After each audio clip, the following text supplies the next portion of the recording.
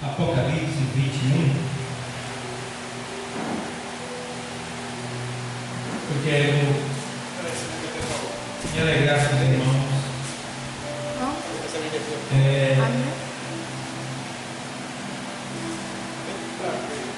Eu aprendi que o Senhor fez assim. Quando estiver 2 ou 3 reunidos em meu nome, ali eu estou presente. Isso me alegra muito. Senão a gente vai querer estar em igreja lotada. Mas ele disse: eu estou convosco. 21. Isso é muito bom. 21 e 27.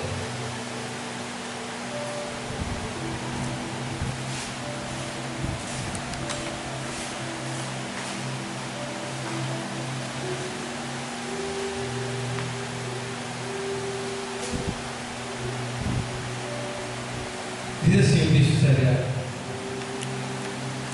e não entrará nela coisa alguma que contamine, e cometa abominação e mentira, mas só os que estão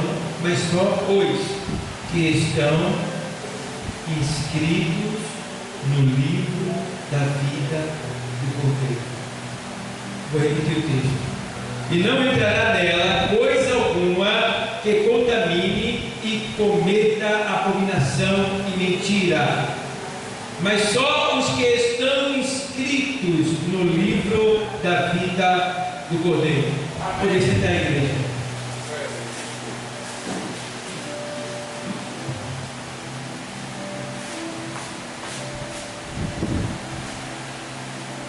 Irmãos, eu li aqui nesse livro do Apocalipse.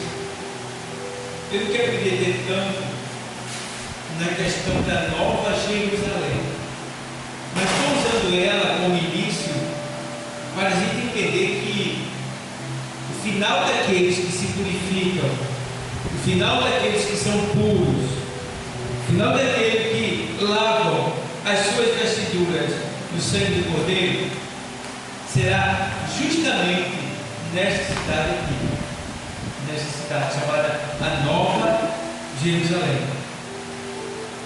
Interessante dessa cidade é que ela vai vir do céu.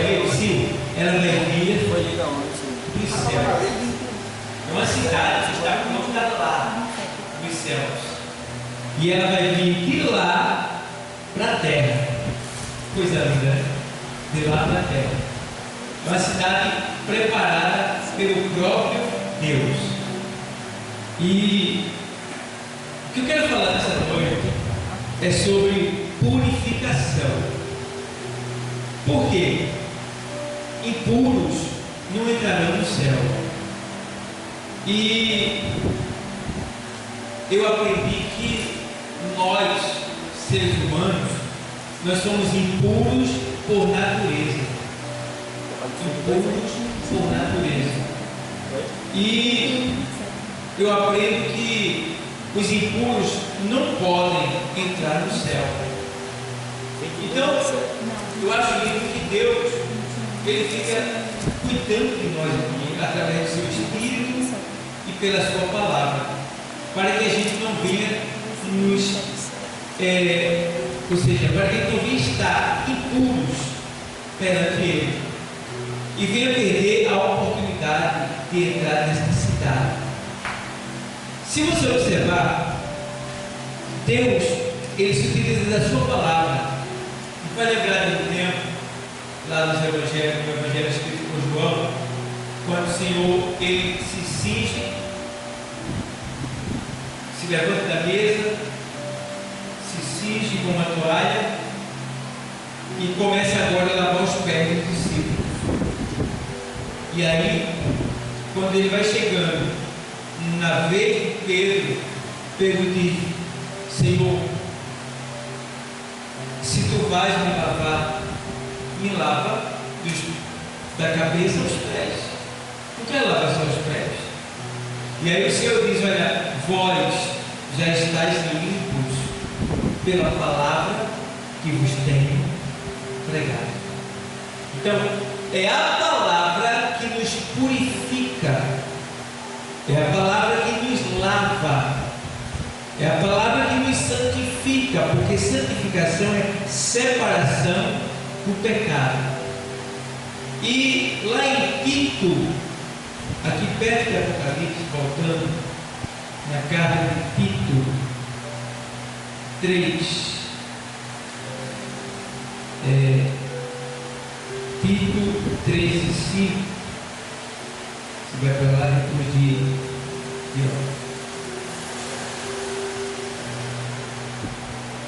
passa aqui, Timóteo vai passando, aí você vai encontrar ali, depois de Timóteo, se encontra ali Tito 3 e 5. Veja o que diz aqui.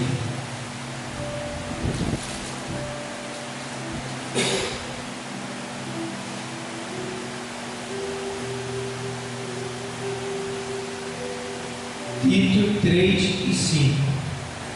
Não pelas obras de justiça que houvéssemos feito,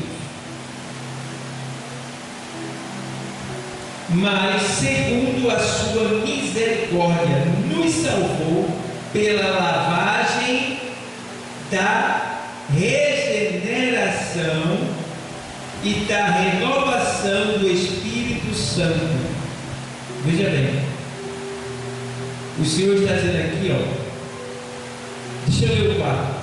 Mas quando apareceu a benignidade e a caridade, que é o amor de Deus, nosso Salvador, para com os homens, não pelas obras de justiça que houvéssemos feito, mas segundo a sua misericórdia, nos salvou pela lavagem da regeneração e da renovação do Espírito Santo. Quer dizer, lavagem. Ele nos salvou pela lavagem da regeneração. O que é regeneração? É você ser gerado novamente. Nós fomos gerados novamente. É interessante isso. Eu continuo velho, com o mesmo corpo, mas eu fui nascido novamente. Eu e você nascemos novamente. Veja que em João 12, perdão, 1 e 12, o Evangelho escrito por João 1 e 12, o Senhor, ele diz assim, vou ler para vocês, 1 e 12 de João. Veja como o Evangelho é lindo.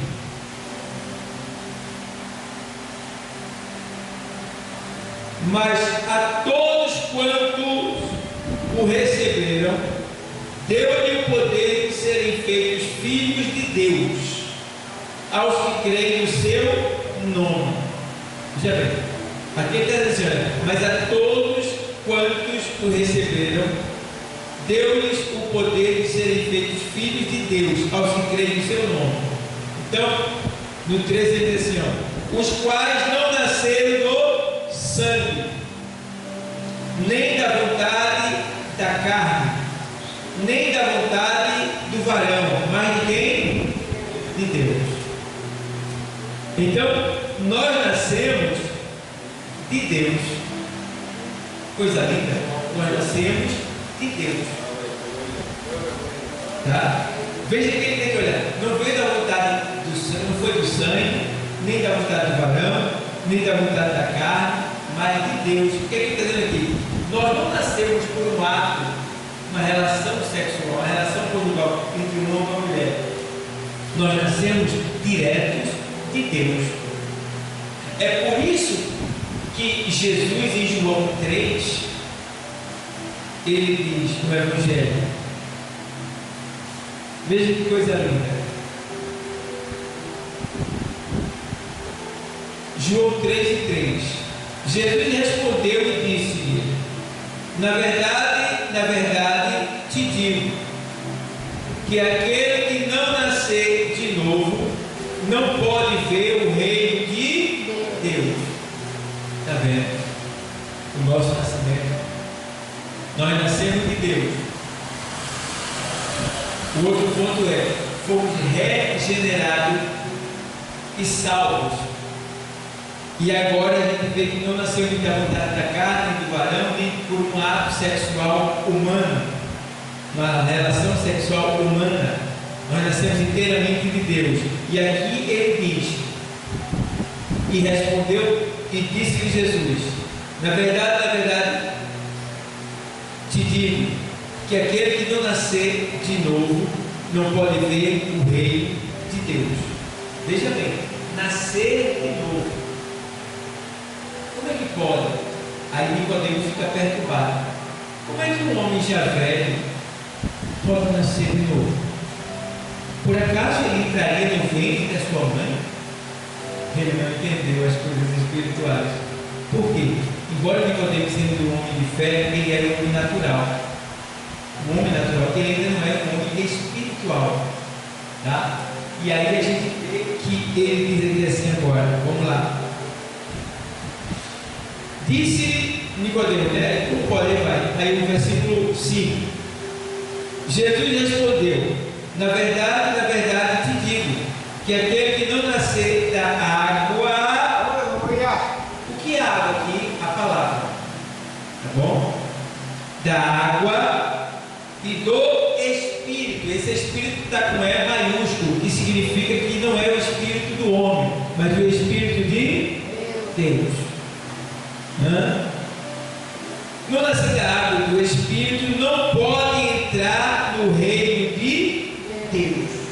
Então observa que em cima ele diz que se não nascer de novo, não pode ver. Não pode ver o reino de Deus. Vê bem, quem não nascer de novo não pode ver o reino de Deus. E aqui embaixo no 5, ele diz: não pode entrar. Não pode entrar. Quem não nascer da água e do Espírito. Então, a gente já vê que o primeiro ponto é: quem não nascer de novo. Como é que a gente nasce de novo? Lá em 12 do livro diz o quê? Mas a todos quanto o receberam, deu-lhe o poder de serem feitos filhos de Deus. Então quer dizer que para nascer de novo e ver o reino de Deus, tem que fazer o quê? Aceitar Jesus como Salvador. E nesse ponto aqui ele diz: agora não é só aceitar Jesus, você já tem a possibilidade de ver o reino de Deus. Por quê? Por exemplo, nós estamos aqui, nós ainda não chegamos lá na plenitude do reino de Deus, que é quando isso? No milênio. Mas nós já estamos no reino, de certa forma. Por quê? Nós estamos no reino parcial. Até o momento é parcial, porque não está completo ainda. Então a gente já está vendo o reino de Deus pela fé. A palavra nos diz como será o reino de Deus. E nós estamos aqui, ó, no estágio, ou seja, na casa de Deus, que faz parte do reino de Deus. Tá? E aí, no outro ponto, ele diz: não pode entrar. Se o quê? Se não nascer da água, a palavra que nos purifica, e do Espírito, renovação do entendimento, porque o Espírito, quando ele vem, ele se funde, quando o Espírito de Deus ele vem na nossa vida, ele se funde com o nosso espírito, se une com o nosso espírito de homem, tá? Para nos fortalecer e nos fazer entender Deus. Por isso que o homem natural não entende as coisas de Deus, só pelo Espírito. E da água, que é a lavagem da palavra. Aí quando Pedro diz: Senhor, me lavas todo.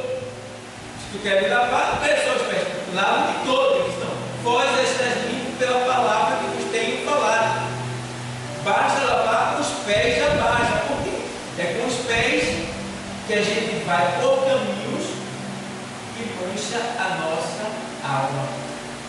Caminhos errados, caminhos errôneos, caminhos de impureza, de pecado.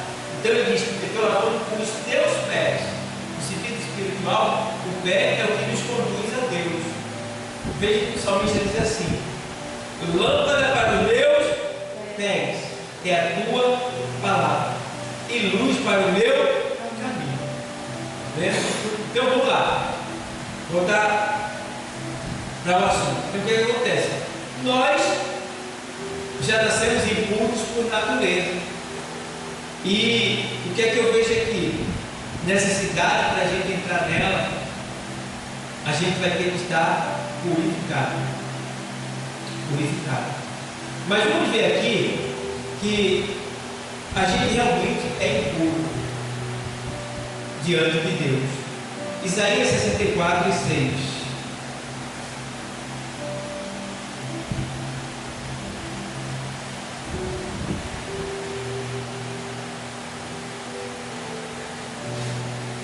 Diz assim o texto sagrado: mas todos nós somos como o imundo, e todas as nossas justiças como o trapo da imundícia, e todos nós caímos como a folha, e as nossas culpas como um vento nos arrebatam. O que Deus está usando o profeta Isaías para dizer aqui? Que nós somos tão impuros que a nossa semelhança diante de Deus, o ser humano, é como um pano de absorvente podre. Essa expressão que está na tua Bíblia aí, trapo de imundícia, antigamente não existia moldes ou absorvente que as mulheres usam hoje. Então as mulheres pegavam pano velho, e aqueles panos velhos elas usavam para estancar o sangue, tá? Para absorver o sangue. Aqueles panos eram chamados de trapos de imundícia, porque eles eram o vestígio da impureza que saía da mulher, que era o sangue velho, certo? E aí Deus está dizendo que diante dele nós somos como esse trapo de imundícia. O que quer dizer isso aí? Isso aí é um motivo para que a gente não venha se orgulhar. É verdade. Achar que a gente pode, que a gente tem, que a gente é. Pode ser que alguém pobre não se orgulhe, mas se você observar, tem pessoas que quando começam a subir uma escadinha, um patamar, já começa a se exaltar, a se orgulhar, querer ser, querer parecer. Entendeu? E aí Deus está dizendo, não adianta. Porque não é o teu status financeiro, não é a tua veste, não é o teu conhecimento que vai te purificar. Entendeu? Não é isso que vai purificar. O homem ainda continua impuro, mesmo sendo rico, tendo veste bonita, perfume da natura, perfume importado, sapatos bonitos. Não importa, ele continua sendo um homem, uma mulher, um ser humano impuro diante de Deus, que santo e santo e santo só Deus. Ele é puro. Então a gente vê que nós somos impuros e não tem como a gente se tornar puro de nós mesmos, porque tudo que nós fazemos é como algo impuro diante de Deus. Até o que a gente faz nessa justiça é como algo impuro.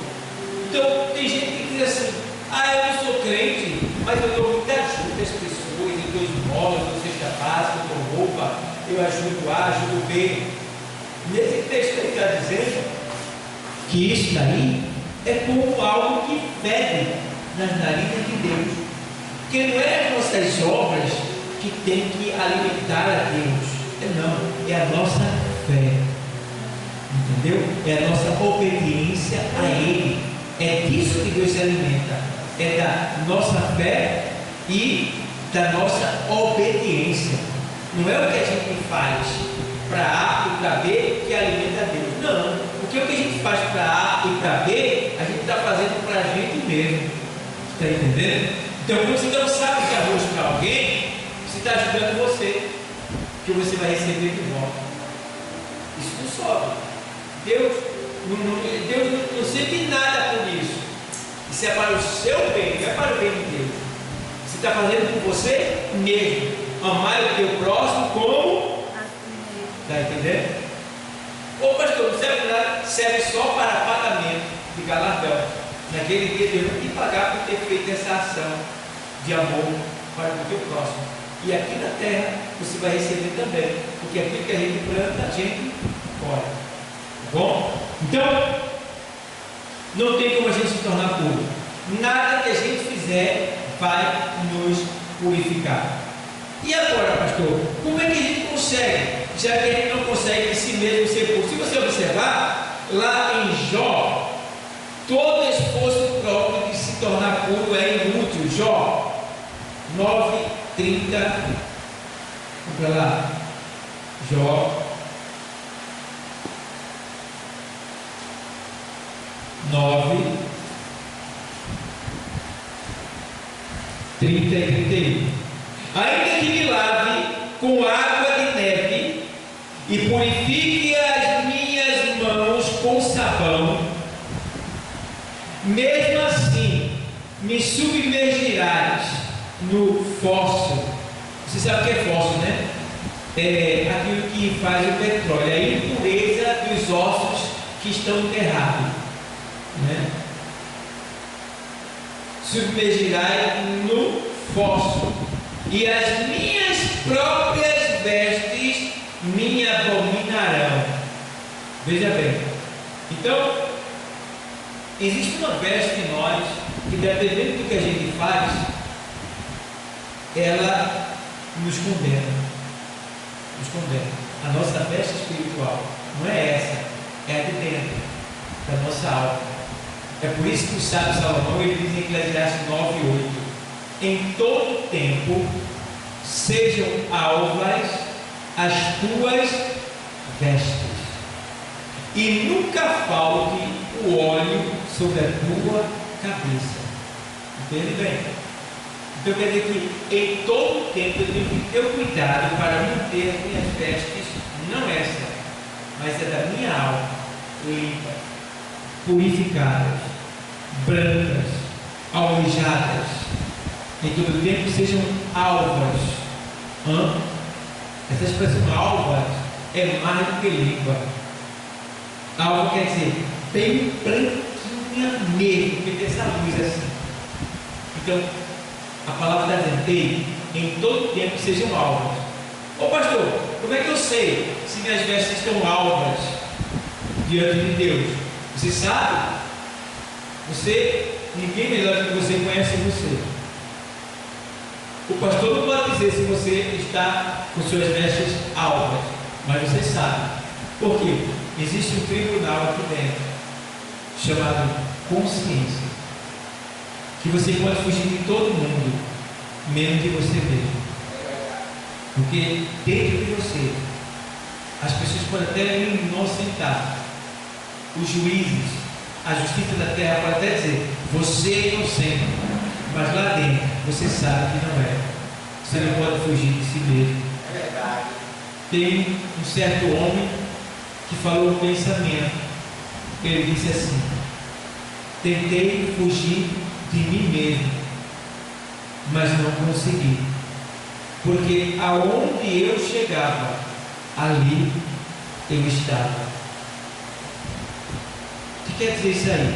Que por mais que eu fuja daquilo que eu fiz, eu nunca vou esquecer.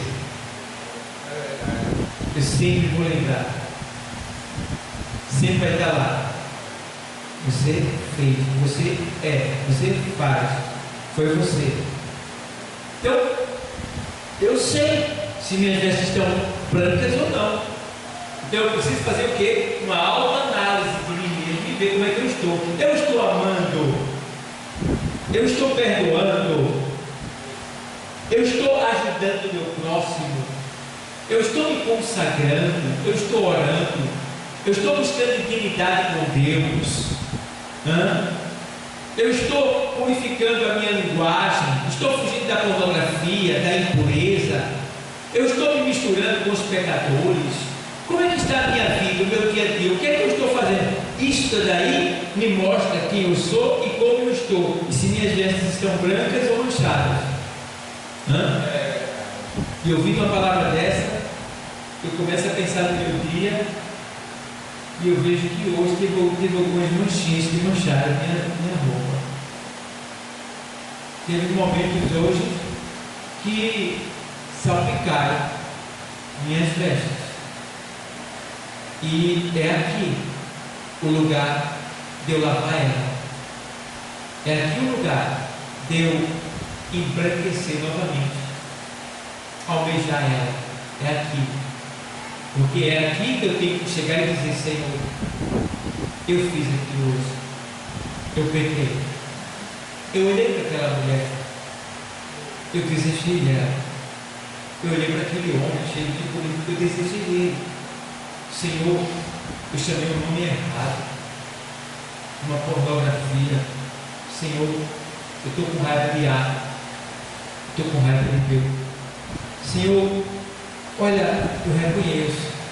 E aí o sangue vai purificando. Por quê? Porque não tem saída para nós mesmos nos purificar. Só tem um componente que não é químico para lavar e purificar nossas vestes. Tá? Depois de confessar, esse material ele deve vir sobre as nossas vestes e nos purificar. Então esse material que nos purifica não é água sanitária, não é veja, não é cloro, detergente algum pode purificar ou limpar as nossas vestes. Mas tem um componente natural que purifica as nossas vestes, que está aqui, onde a gente está extraindo a palavra de Deus. 1 de João. 1 de João 1 e 7. O texto sagrado diz assim, vou ler para você. Mas, se andarmos na luz, o que é andar na luz? É seguir Jesus. Ele disse: eu sou a luz do mundo. Quem me segue não andará em trevas, mas terá a luz da vida. Entende? Então, se andarmos na luz, mas se andarmos na luz, 1,7 de 1 João, como ele na luz está, temos comunhão uns com os outros. O que é comunhão, igreja? É tu pegar na minha mão, eu pegar na tua mão, e junto nós fazemos a obra. É eu ter o pensamento e tu ter o mesmo pensamento que eu, para fazer a obra. Comunhão não pode diferir. Comunhão é unidade de pensamento. Comunhão é unidade de serviço, de trabalho, de adoração. É todos estarem unânimes, num só pensamento, com um só propósito. Isto é comunhão. A partir do momento que eu estou aqui, vou sair para evangelizar, eu vou dizer assim: não estou a fim de sair, não. Está saindo da comunhão. Comunhão é estar junto, é andar juntos, é dar as mãos, é ter o mesmo pensamento, o mesmo propósito, o mesmo objetivo. Aí ele diz: se andarmos na luz como ele na luz está, temos comunhão um com os outros. Ei, irmão, eu só tenho comunhão contigo se eu andar na luz. Quem é a luz? Jesus. Tá? A luz é Jesus. E a luz também, Jesus, você sabe que Jesus ele é a palavra de Deus. Então quando eu digo que a luz é Jesus, eu estou dizendo que a luz também é a palavra de Deus. Aí ele diz: se andarmos na luz como ele na luz está, tem comunhão uns com os outros, e o sangue de Jesus Cristo, seu Filho, nos purifica de todo o pecado. Tem um ponto aqui que a gente precisa entender. Andar na luz, comunhão, aí o sangue vem e nos purifica. Quer dizer que o quê? Que para eu ser perdoado por Deus, lavado e purificado, eu tenho que estar andando na luz, eu tenho que estar em Cristo. Tá? Eu tenho que estar em Cristo. E eu tenho que estar em comunhão com você. Você já viu quantas pessoas têm raiva do pastor? Muita. Raiva da dirigente, raiva do professor, está longe da comunhão. Infelizmente, Jesus vem e essa pessoa fica. Não podemos ter raiva de ninguém. Isso é falta de comunhão. Entendeu? Se você não se agrada do comportamento daquela pessoa, do tratamento daquela pessoa, você tem todo o direito. Você não pode dizer que não gosta dela. Porque se você não gosta dela e ela for para o céu, você vai? E muito menos você também não vai, porque não gosta dela. Então, um dos dois vai ficar, ou então os dois. Ou fica os dois, ou vai um. Mas do jeito que está, não vai. Entendeu? Então, geralmente quando alguém me persegue, me faz mal, eu oro dizendo o nome daquela pessoa, pedindo a Deus sabedoria para lidar com aquela pessoa e pedindo para Deus também de sabedoria para aquela pessoa saber me tratar, saber compreender as pessoas. Eu falo o nome da pessoa e peço para Deus aquilo que eu quero que aquela pessoa seja. Já que ela não pede, eu peço para ela e por ela. Então, se eternamente como Ele nos está, temos comunhão uns com os outros, e o sangue de Jesus Cristo nos purifica de todo o pecado. É todo o pecado. Não é de quase todo o pecado. Não é de alguns pecados. É de todo o pecado. Entende? Então a gente precisa entender isso aí. Por exemplo, tem igreja que diz que se você usar calça comprida, você vai para o inferno. Uma mulher, se a mulher usar calça comprida, vai para o inferno, até em pecado. Tá? Não. Vai para o inferno? Vai não. Porque o sangue de Jesus Cristo nos purifica de todo o pecado. Se a causa fosse o pecado, o sangue também purificava de todo o pecado. Agora, o que é que caracteriza-se o pecado quando uma mulher ela usa a calça comprida? É porque Deus ali está julgando o coração dela. Por que ela está usando, com qual propósito ela está usando aquela calça? Aí é o que eu digo. No curso, eu digo, a calça comprida não é pecado. O pecado é as intenções com o qual você veste a calça comprida. Aí existem calças que são mais decentes do que muita saia. Está entendendo? Mas tem calça que mostra as curvas,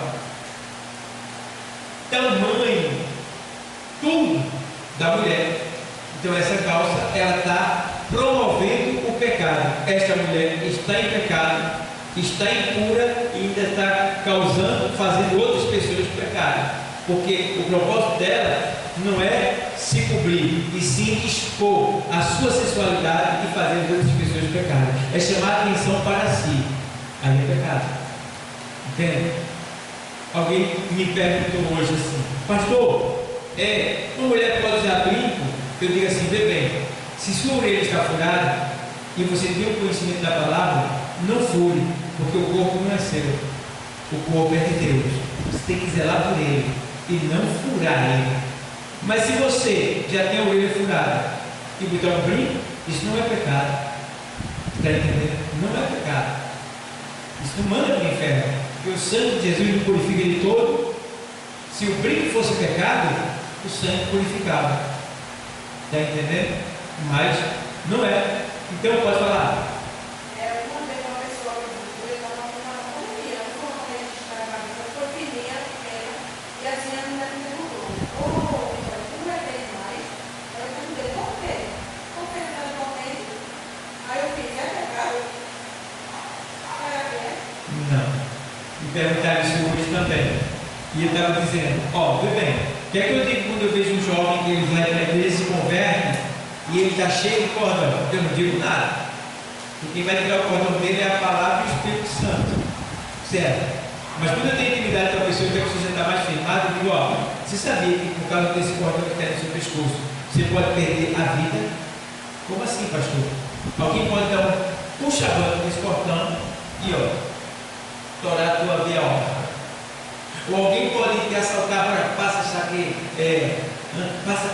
passa, de repente, no nervoso de medo de disparar, você levou um tiro de graça. Porque aquilo atraiu o mal. Se você observar, quando Jesus mandou os seus discípulos evangelizar, ele diz: não levais nada consigo. Entendeu?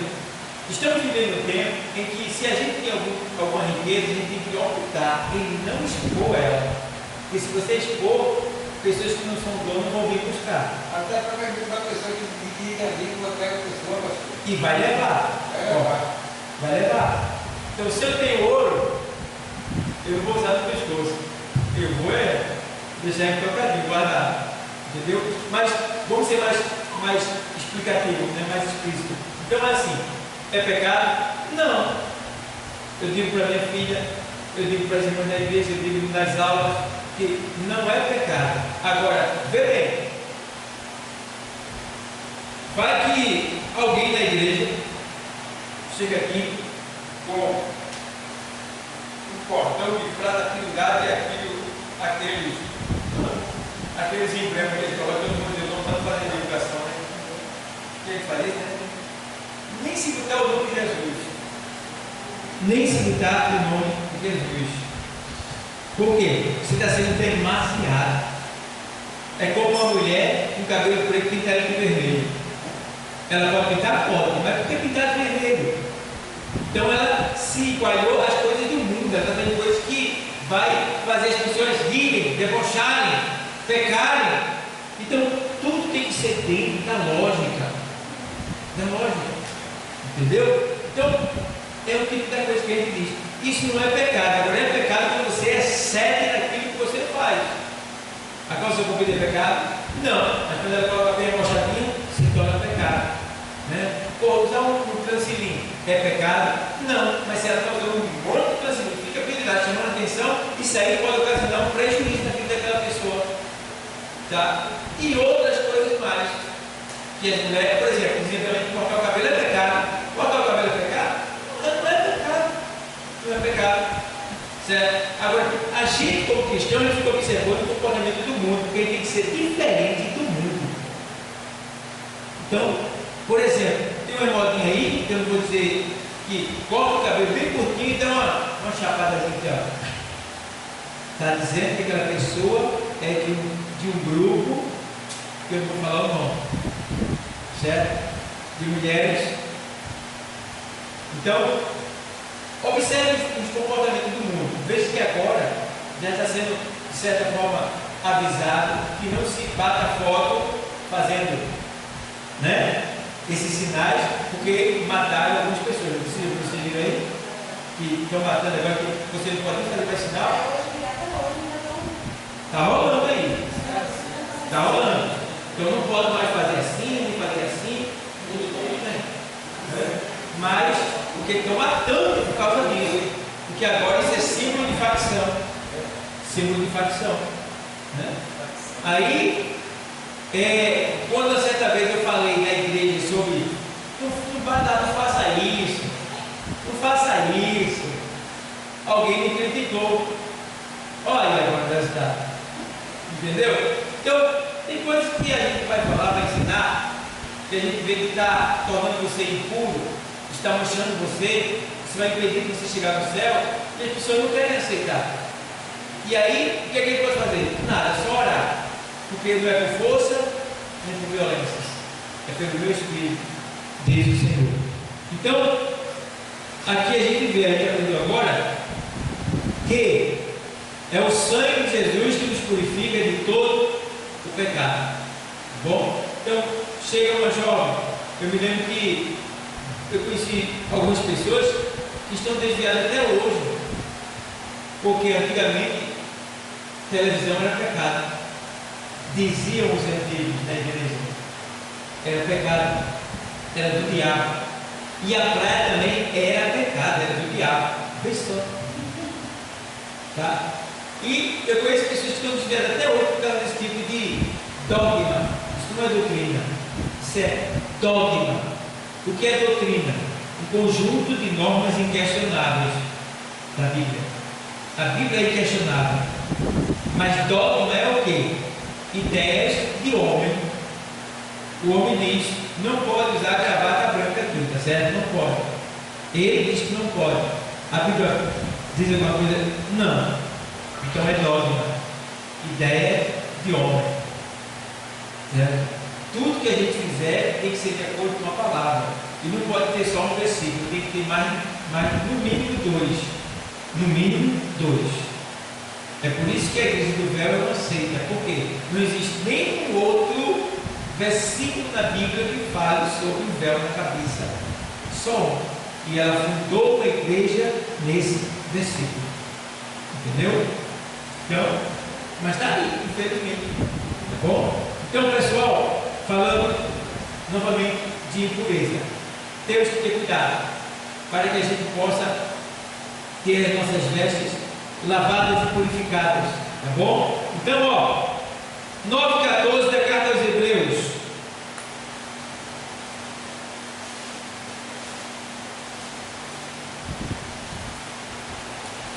Diz assim: quanto mais o sangue de Cristo, que pelo Espírito Eterno se ofereceu a si mesmo, imaculado, quer dizer, sem pecado, imaculado, a Deus, purificará a vossa consciência das obras mortas, para servirdes ao Deus vivo.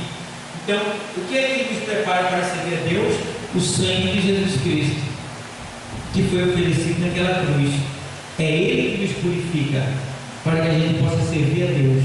É Ele que nos lava, tá? Observa aqui, 9:14. Ainda aqui, 15:3 de João, o Evangelho.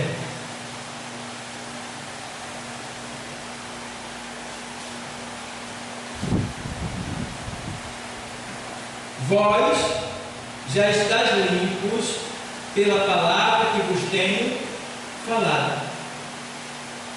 Certo? O que é que nos lava? A palavra. Tá bom? A palavra é que nos lava. Vocês estão aqui, né? Está tudo sendo banhado agora. Está tudo sendo lavado. A impureza do dia está saindo tudo aqui agora. Porque é aqui que Deus revela o que a gente viveu desde de manhã até agora. Ele vai revelando, ele vai mostrando. Quando ele sai daqui, ele sai limpo, purificado pela lavagem da palavra.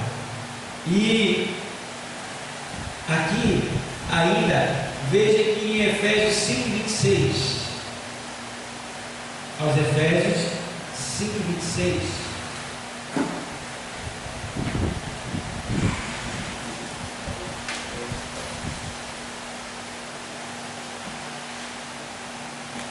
diz assim o texto sagrado, vou ler para você.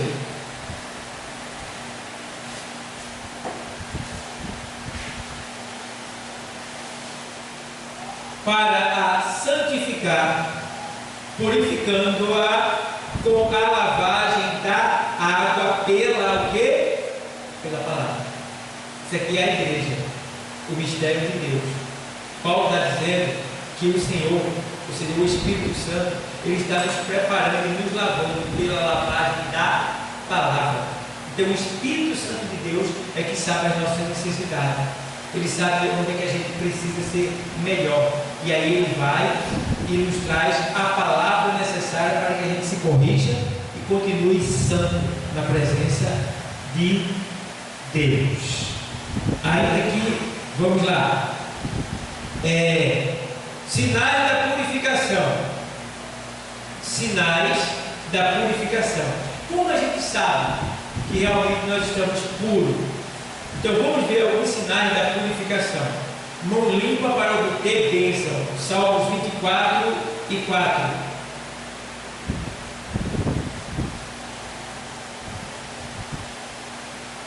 Salmo 24 diz assim o texto sagrado, vou ler para você. Aquele que é limpo de mãos e puro de coração. Você sabe que ser puro de coração é não dividir a sua fé. É você adorar a Deus com todo o seu coração. Então, que não entrega a sua alma à vaidade. O que é vaidade? Coisas desnecessárias. Nem jura enganosamente. Ó, mente, mentira. Né? Então, isso aí é um sinal de quem está puro. É aquele que é limpo de coração. Não tem maldade, desejo de matar, desejo de vingança, falar mal dos outros, critica, debocha, manga. Né? É limpo de coração. Isso aí é um sinal. Puro de coração. Que não entrega sua alma à vaidade. Vaidade é tudo aquilo que é desnecessário. Porque a vaidade a pessoa pode ter uma vaidade que é uma vaidade que vai ocasionar uma inveja. Porque inveja é pecado. O que é inveja? É não querer que você tenha. Inveja não é o teu que você tem. Inveja é eu não querer que você tenha. A gente se engana. A gente acha que inveja é comprar igual ao seu. Não. Você comprou um sapato, eu achei bonito, tem um bom gosto. Vou comprar um para mim também. Isso não é inveja. Isso aí é reconhecer que você tem um bom gosto. Entendeu? Não é inveja. Agora, inveja é quando eu fico com raiva porque você comprou um sapato. Aí eu fico, sabe? Aí eu vou só. Aí eu fico ali, com raiva, me afasto de você, lhe critico, de alguma maneira, eu vou lhe repudiar, vou lhe maltratar. Aí é inveja. É eu não querer que você tenha. Então, quando o Senhor diz assim, ó, que não entregue a sua alma à vaidade. Tudo que está abaixo do céu é vaidade. Mas existe a vaidade desnecessária. O que é a vaidade desnecessária? Eu tenho 10 sapatos. Flávio vai e compra um sapato. Eu tenho 10 sapatos. Ele comprou um sapato. Eu achei o dele bonito. Eu digo assim: eu vou comprar um desse para mim também. Ou seja, vaidade desnecessária. Aí caracteriza um pecado. Porque eu não preciso daquilo. Estou comprando só para. Entendeu? Não é por necessidade. É com vaidade que eu estou comprando. Para dizer que posso. Para ter também derivado. Então tem que ter esse cuidado. Porque tudo embaixo do céu é vaidade. Mas existe a vaidade necessária e a vaidade desnecessária. Vaidade necessária é aquilo que a gente tem dentro dos limites do dia a dia. Que a gente é para ter medo. E vaidade desnecessária é aquilo que a gente tem além da conta. Quando na verdade tem muitos que precisam e ele tem além da conta. E não ajuda quem não tem. Vaidade, pecado. Bom, então, é o sinal de que você é limpo. Tem mãos, aquele que é limpo limpo de mãos e puro de coração, que não entrega a sua alma à vaidade, nem jura enganosamente. Não podemos jurar enganosamente. Jurar enganosamente é você prometer, é você querer demonstrar que você é uma pessoa que está falando a verdade. Veja bem, quando eu sou verdadeiro, eu não preciso jurar. Eu falo para falar, acredite quem quiser, mas eu estou falando a verdade. Mas quando você tem que provar que você está falando a verdade, é porque na verdade você não é verdadeiro. Deu para entender alguma coisa?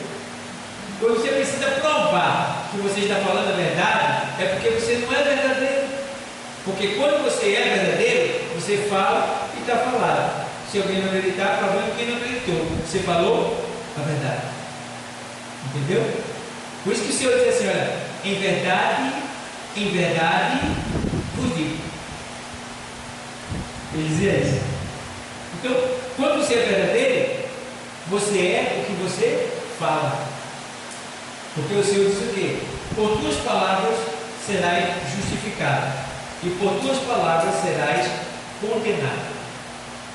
É a palavra que tem poder. Tudo que foi feito pela palavra. Nossa palavra tem poder. Então, se você é uma pessoa que só vive mentindo, você é um mentiroso. Se fala a verdade, é um muito verdadeiro, um muito de honra. Temos que ter cuidado com a palavra. Não podemos nem brincar com a palavra. Brincar de maneira profana, né?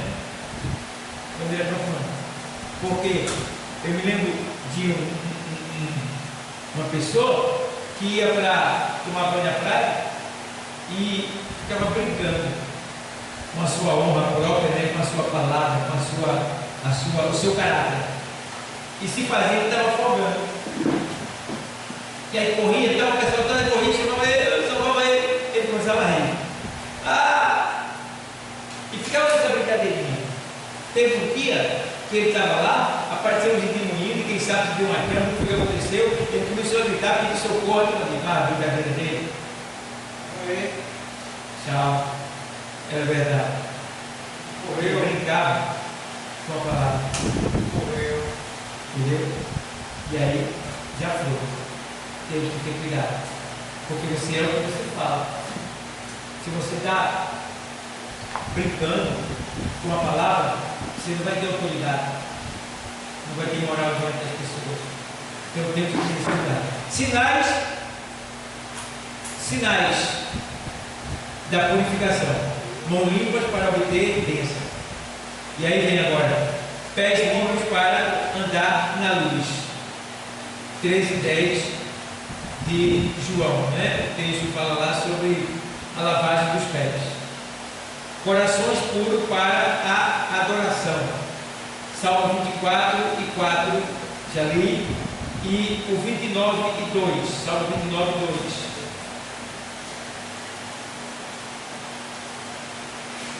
Dai ao Senhor a glória devida ao seu nome.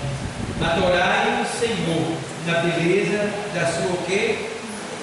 Você não pode adorar o Senhor na beleza da sua santidade se você não estiver puro. Se você não estiver puro. A palavra diz que se tu trouxeres a tua oferta, ao chegar aqui, lembrar que tem alguma despesa com alguém, tu não pode nem entregar a oferta, porque não vai chegar lá. Aí Deus recebe, mas tu não ganha nada por aquilo. Por quê? Porque você não está de acordo com essa palavra aqui, ó, dando a devida adoração ao Senhor. Para adorar o Senhor, nós temos que estar puros em santidade. É por isso que quando a gente vai orar, a gente tem que confessar e realmente falar a verdade, dizer o que a gente é, para que Deus possa nos purificar e a gente entrar na sua presença com ousadia. Entendeu? A gente vê também que Salmo 96:9.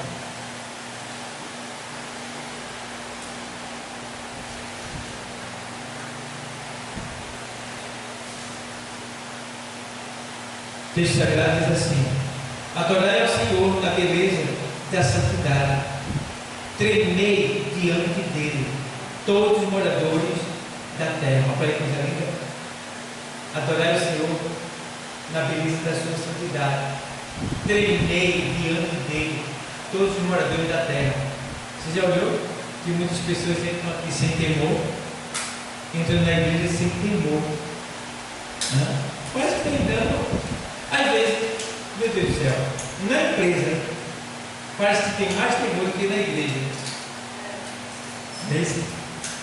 Então, isso aqui tornou-se um lugar que 80% das pessoas banalizam. O que é banalizar? É não dar o devido respeito. Porque aqui é digno de todo respeito, mas nem todos dão. Aí entra aqui e fica com raiva de ar, com raiva de medo. Você vê esse acontecimento que teve recentemente, vocês estão testemunhando aqui? Você vê, o negócio aconteceu e eu pergunto: quem tem culpa? Não tem culpa nenhuma. A gente não fez nada. Não é? Mas as pessoas se embaralharam tanto que terminaram se embaraçando. E aquilo que a palavra diz, a consciência. Acusou e julgou. E a gente ainda pagou o pato. E Jesus também. Jesus também. Porque quando a pessoa sai e vai embora para outra, não pensa que está bem, não. Quando foi que Deus colocou? Que você saiu dele. Está entendendo? Adorar o Senhor na beleza da sua santidade. Beleza está falando de coisa. Beleza da sua santidade está falando de coisa do interior. Beleza. Beleza é algo que deve ser explorado. Então, Deus sai e foi embora. Foi Deus que mandou? Não foi Deus que mandou. Então, graças a Deus que por ter sido Deus, as portas eu posso voltar a hora que eu quiser. Por quê? Me lembro de uma vez que assim: pastor, estou da igreja lá. Aí, pastor, quando Deus mandar, eu volto, viu? Eu disse: Deus nunca vai mandar. Por que não? Porque Ele não mandou tu sair. Está entendendo? É tu que tem que voltar. Não é Deus que vai mandar. Entendeu? Então, às vezes, com misericórdia, aí Deus manda a palavra, que é para despertar e a pessoa cair em si e entender: puxa, realmente, eu estou errado. E aí voltar. Entende? Mas é isso que a palavra nos ensina.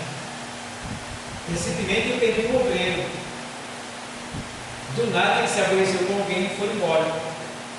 Eu estou indo embora porque não gostei de negócio que aconteceu, eu estou indo embora. Está certo. Mas quando Jesus voltar, ele vai procurar lá onde ele colocou, ele vai deixar. Porque a pessoa vai embora com aquela, sabe, aquela raiva, aquela coisa. Aí, porque saiu da igreja, o coração me engana, a pessoa acha que está livre daquele pecado, está tudo bem, está tudo lá. Não está. Por que foi que saiu? Por causa daquilo. Aquilo ainda falta ser resolvido. Aquilo precisa ser resolvido. Então temos que ter cuidado. Temos que estar em paz com todos. Por isso que a Bíblia diz: seguir a paz com todos e a santificação, se a qual ninguém verá a Deus. Certo? Então, tem muita coisa que a gente desconhece. Que a palavra, quando a gente lê, quando a gente aprende, a gente fica mais sábio, a gente fica mais centrado. Tá? 1000 caindo lá, 10 mil à tua direita, mas tu não será fugir. Tu não será fugir. Então, veja como as coisas é. E a palavra que me dá vigor, me dá firmeza, sustentação, ela que me faz permanecer no nosso lugar. Entende? Porque eu me lembro, hoje eu estava entrando no meu trabalho, eu cheguei no meu trabalho, e eu cheguei com medo assim na hora, porque eu soube que A e B não foi para a Seara. Aí eu disse para minha esposa: você já dá medo, né? Porque está fácil de ser comerciante, não, está muito difícil a situação. Dívida lá em cima, muitos problemas, concorrência desleal. As pessoas tomam seu cliente, vendem mais barato que compra, a multa é terrível. E você vê pessoas do seu lado assim, fechando, e você está ali aberto. Aí eu me lembro que eu disse para minha esposa em casa: puxa, chega a dar medo, né? Aí quando eu chego no trabalho, que vou entrando na feira, que eu vejo o negócio fechado lá, aí vem o quê? A palavra de Deus que diz: 1000 cairão do teu lado, 10.000 à tua direita, mas tu não serás. Está entendendo? Imagine, tu está aqui, 10.000 pessoas se arrependem do teu lado, mais 1000 do outro lado, e tu permanece de pé. Quem faz isso? Deus. E aí, nas minhas orações, eu converso com ele e digo para ele: meus dilemas, meus medos, minhas preocupações. Aí ele vai tirando, a palavra vai tirando, porque a palavra é que nos dá sustentação. Quando você conhece a palavra, ouve a palavra, você é mais seguro, é um crente mais seguro. Mesmo passando por dificuldades, mas você está ciente de que Deus, Ele está trabalhando para te dar vitória. Então, voltando para a palavra purificação, a gente entende que aqui o Senhor está dizendo, 96 e 9, Ele está dizendo: adorai ao Senhor na beleza da sua santidade, tremei diante dele todos os moradores da terra. Tem um texto em Abacuque 2:20 que diz assim: o Senhor está no seu santo templo, cale-se diante dele toda a terra. Então precisamos, às vezes tem pessoas, eu estou observando uma coisa, irmão. Quando o ímpio vem à igreja, ele é mais temente, ele é mais reverente do que quem está na igreja. Eu vejo crentes conversando, vacilando. Irmão, vê quando o ímpio visita a igreja, fica observando. ele não dorme, ele não sai do lugar, ele fica com o olho deste tamanho. É incrível, observa como uma pessoa não crente vem à igreja. Ele recebe mais do que os crentes que estão na igreja. Observe comigo, eu vejo isso todo tempo que eu vou, quando você está no culto, observe quem é crente, quem não é crente para você ver. E vê se o outro não está olhando para você, se você estiver no culto. Assim. Ligado. E às vezes o ligado está delicado. Celular, irmão, pelo amor de Deus. Eu tenho visto gente atender celular dentro da igreja. Eu vi gente atender celular no púlpito, irmão. Meu irmão, isso é uma falta de temor, de respeito a Deus. Quando eu estou aqui, eu não estou na terra. Está entendendo? Eu estou na presença de Deus. Quando eu esqueço meu telefone que ele toca, às vezes eu tenho do bolso, eu estou aqui, aí eu boto ela aqui, aí eu faço assim, ó. Tendo ele, eu deixo lá. Que é para ver que eu estou na igreja, que eu esqueci de ligar. Aí fica lá. Às vezes eu já vi pessoas que ficou mais ou menos uns 10 minutos ele ligado lá, estava ouvindo a pregação. Mas eu não atendo. Não atendo. Por quê? Estava aqui para evitar ligar porque teve um acidente lá na igreja. Teve um problema lá na igreja. Ele ligava e eu vi que ele não atendia. O telefone estava ligado, eu tive que ir. Aí eu vi que era ele, mas não atendi, porque eu estava na igreja, eu estava adorando a Deus, eu estou com Deus. Agora, se chegar alguém na porta e me chamar é diferente. Aí eu vou lá. Mas celular, não. Eu não posso dividir a minha adoração. Eu não posso estar aqui pensando, puxa, esperando aquela sua vida de amizade. Chegou, né? Você não está adorando. Não está. Deus não está recebendo a tua adoração. Porque buscai ao Senhor de todo o vosso. É todo. Se eu estou esperando algo no telefone, se eu estou preocupado com meu marido, com minha esposa, com meu filho, com isso, com aquilo, eu não estou adorando, irmão. Eu não estou adorando. Por que é que Paulo diz assim?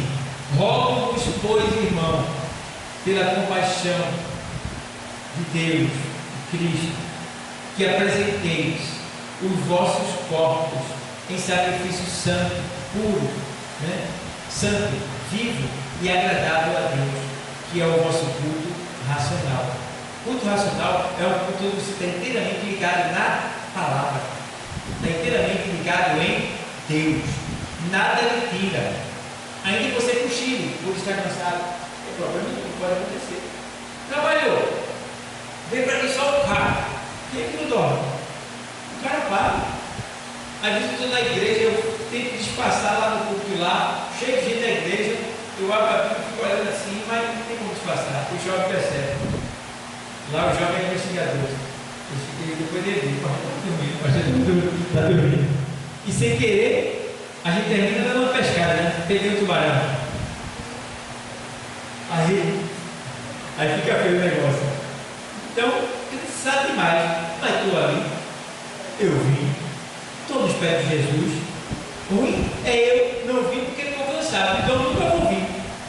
Eu estou cansado, nunca vou vir. Qual dia que eu não canso? Está entendendo? Qual dia que eu não estou com sono? Qual dia? Então, eu tenho que lutar. Então, se algo depende de mim, eu tenho que dar minha vida por aquilo, se é de Deus. Entende? Então, é assim. Às vezes eu digo lá para os outros, olha, por que você não está vindo? Não, porque eu estou lá no carro, não tem problema não. Leve sua roupa na bolsa. Quando você sair de lá, a hora que for, você se apronta e vem. Ou então vem com a sua bolsinha aí e senta ali. Todo mundo dizendo que você largou do trabalho, isso é bonito. Você largou do trabalho, mas está celebrando as coisas de Deus e veio para a igreja. Isso é bonito. Isso te levanta, te exalta diante da igreja, como obreiro. Mas se você não veio porque está chegando tarde, está largando tarde, nem passa. Eu muitas vezes, eu me lembro, eu ia chegar só na hora da vez apostólica, mas eu dava satisfação, larguei agora, entendeu? Mas eu estava lá. Por quê? Quando eu falar, eu tenho autoridade, está entendendo? Porque eu falo, mas eu faço, eu vivo o que eu prego. Então, é muito importante a gente ter esse cuidado de não dividir a nossa adoração e de sofrer pela causa de Cristo. Servir a Cristo é sofrer. Tá? Agora, é claro, Deus não é cruel, Deus não é mau. Tem hora que tem alguém doente, você está doente, não tem como chegar, você avisa, certo? Às vezes você está no estudo, já teve dia, eu cheguei em casa e eu dormi sujo, com a bota 7 léguas, cheirando a urubu, deitava no sofá e apagava. Cansado demais, não aguentava. E me levantava de 3 da manhã para tomar café de fome, porque estava tanta fome, o sono é maior, né? Aí você apaga. Mas lá pela madrugada, já o sono diminuiu, aí a fome aparece, aí você levanta. Aí já vai eu comer, sujo, ceboso.